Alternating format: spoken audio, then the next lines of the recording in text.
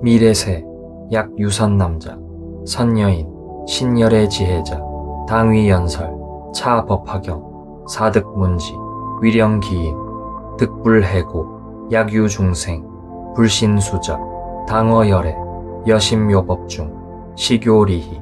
미래세상에 만약 선남자 선여인이 열애의 지혜를 믿는 자가 있으면 이 법화경을 연설하여 듣고 알게 해야 함이니 그 사람으로 하여금 부처님의 지혜를 얻게 할지어다. 만약 어떤 중생이 믿지 아니하면 응당 열애의 다른 깊고 묘한 법에서 보여주고 가르쳐서 이익이 되게 하고 기쁘게 할지니라. 열애는 걱정이 끊이질 않는 고뇌자이다. 대중에게 불법 홍통을 위임하고 사부 대중에게 위를 세웠다. 비구, 비구니, 우바세, 우바이를 말한다. 그러므로 미래세의 불법 홍통은 자연히 제가승의 몫이라는 것이 법화경의 정신이다. 불법은 스님들만의 전유물이 아니라는 뜻이다.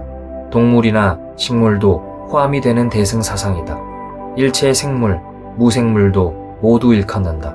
총루품에 나타난 열애의 묘법은 대우주의 법을 말한다. 열애가 깨달은 열애가 심지를 세운 법이라는 의미인데 묘는 신비의 우주를 가리키며 우주를 각지한 분이 열애라는 것을 말한다. 석조는 능여 중생, 불지지혜, 열애지혜, 자연지혜, 열애, 일체 중생, 지대시주, 여등, 여긍수학, 열애지법, 물생간림, 능히 중생에게 부처의 지혜와 열애의 지혜 그리고 자연의 지혜를 주니 열애는 모든 중생의 대시주이니라.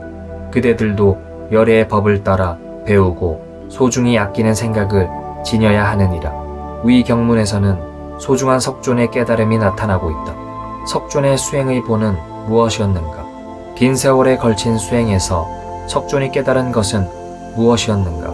인간 석존이 대우주의 법을 깨달으면서 세운 열애는 누구인가? 석존은 무엇을 대상으로 하여 부처가 되었는가? 여러 가지의 의문이 드는 경문이라 하지 않을 수 없다. 석존은 그냥 부처가 되지 않았다는 것을 열애수량품 제16에서도 밝히고 있다. 겸손의 말씀이시다. 아본행, 보살도라 하여 보살의 도를 행하여 부처가 되었다고 밝히고 있지만 어떤 대상을 믿고 부처가 되었다는 말씀은 아직까지 밝힌 부분이 없었다. 과거세 500의 부처를 공양한 공덕에 의하여 부처가 되었다고 하지만 석조는 이미 화엄경을 설하기 전에 대우주를 각지한 깨달음이 있었기 때문에 다음과 같은 언어 음성의 포효를 한 것이다. 사따르마 푼타리카 수트라 구마라습이 의역한 요법 연화경을 설하기 전에 석조는 분명히 이렇게 외쳤다. 이를 음으로 번역한 것이 살달마 분타리가 소다람이다. 석존이 수행의 대상으로 대우주의 법인 사따르마 푼타리카 수트라라는 것이 명백하므로 대우주의 열애 혹은 부처라고 표현을 해도 의의가 없는 법문이다. 소름이 끼치는 일이다. 이처럼 석존은 8만 법장을 설하면서도 자신이 수행한 열애는 왜 밝히지 아니하였을까? 열애 수량품의 명리학이라고 하여 중생이 복용하면 낫는다고까지 하였다. 그럼에도 불구하고 그 중요한 대우주의 부처를 왜 밝히지 않았을까? 여러 가지의 의문이 들 수밖에 없다고 하겠다. 석존이 밝히지 못한 연유는 이후 수행의 삼시에서 그대로 나타나고 있다. 용수보살이나 요락대사, 천태지자 등이 설명하고 있다.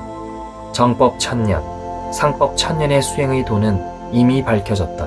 그러나 말법에 있어서의 수행의 도는 밝히지 않았지만 법화경이라고 지적하였다. 살달마 분타리가 소다람의 이명이 법화경이라면 어떻게 하겠는가? 맞는가? 아닌가? 석존이 총루품에서 부처의 지혜, 열애의 지혜, 자연의 지혜를 대중에게 물려준다고 말하였다. 부처의 지혜는 무엇이며 열애의 지혜는 또 무엇이며 자연의 지혜는 무엇을 가리키고 있는가? 구마라습이 번역을 할 때 최소한 불과 열애 중 한 분은 대우주의 부처임을 알고 있었을 것이다. 또 자연의 지혜는 신비의 대우주를 가리킨다고 구마라습도 알았을 것이기 때문에 법화경을 묘법이라고 표현을 하지 않았을까 한다. 묘락도 천태도 말법의 수행은 법화경이라고만 밝혔을 뿐이다. 현재 묘법 연화경을 본존으로 수행하고 있는 불교도 있다. 우리나라에서도 서서히 법화경에 눈을 뜨고 있지만 깊이 있는 설명은 부족한 편이다. 그러나 제일 중요한 것은 불법으로 인한 불력과 법력의 존재 여부이다. 업보를 밝힌 불교에서 석존이 설한 불법으로 수행을 하면 당연히 공덕이라는 육근 청정이 나타나야 한다. 부처님을 생각만 해도 공덕이 나타났고, 참선을 하면 공덕이 나타났고, 경을 독, 송, 다문해도 공덕이 나타났고, 탑이나 사찰을 지으면 공덕이 나타났고, 이렇게 하여 정상 2000년의 수행법이 지나간 것이다. 말법에서는 이전 경도, 여경도 소용이 없다고 하였다. 묘락, 천태대사도 주장을 하였다. 말법의 대승경인 법화경의 유포를 예언한 것은 석존이었다. 나머지는 제자로서 따랐을 뿐이다. 여기에 석존의 대자비가 숨겨져 있다는 것이다. 지금의 시대에는 어떻게 수행해야 공덕이 나타나는가이다. 불법은 수겁을 짓는 방법을 가르쳤으므로 수겁을 명복시키는 불력과 법력이 나타나야 하는 것이다. 흔히들 이야기하는 팔자를 바꾼다라는 표현은 맞지 않다. 위대한 불법의 불력과 법력으로 악업과 탁업이 현세에 나타나지 않게 깊이 감추는 것이다. 그러므로 공덕이라고 하는 것이다. 공은 악을 소멸하고 덕은 선을 쌓는 것을 의미한다. 수행으로 반성, 참회, 기원, 결의, 실천하면 된다. 이것이 진정한 불도 수행이 아닌가 한다. 법화경에 따라 현재 수행의 도를 행하고 있는 곳이 있다. 공덕이 나타나는 수행이다. 특히 신경정신계 중에 해리성 정체장애, 다중인격성 질환인 빙의를 포함하여 신병이나 신내림으로 고통받는 불자를 위한 수행이 일어나고 있다. 생명치료희망쉼터가 유일한 수행 도장이다. 빈궁하천의 불자들이 모이는 장소다. 이곳에서는 일체의 천도제나 굿, 부적, 산신기도를 행하지 않으며 오직 대우주의 부처인 나마살달마 분타리가 소다람의 법보의 명호만 부른다. 그래도 공덕이 나타남을 무엇으로 설명을 해야 할까? 신비의 현상 그 자체이다. 불기는 분명히 살아있다.